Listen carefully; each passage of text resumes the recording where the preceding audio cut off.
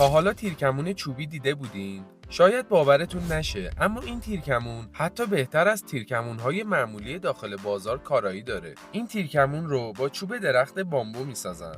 یک طراحی منحصر به فردی داره و سرعت پرتابش به حدود 130 کیلومتر در ثانیه میرسه. میبینید که چه قدرتی داره.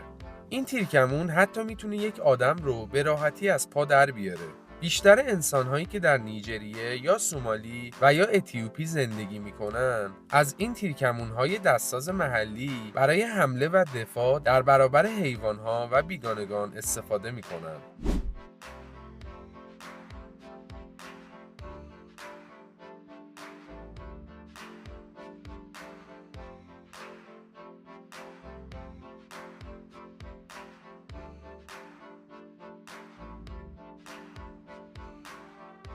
اگه خوشت اومد لایک کن.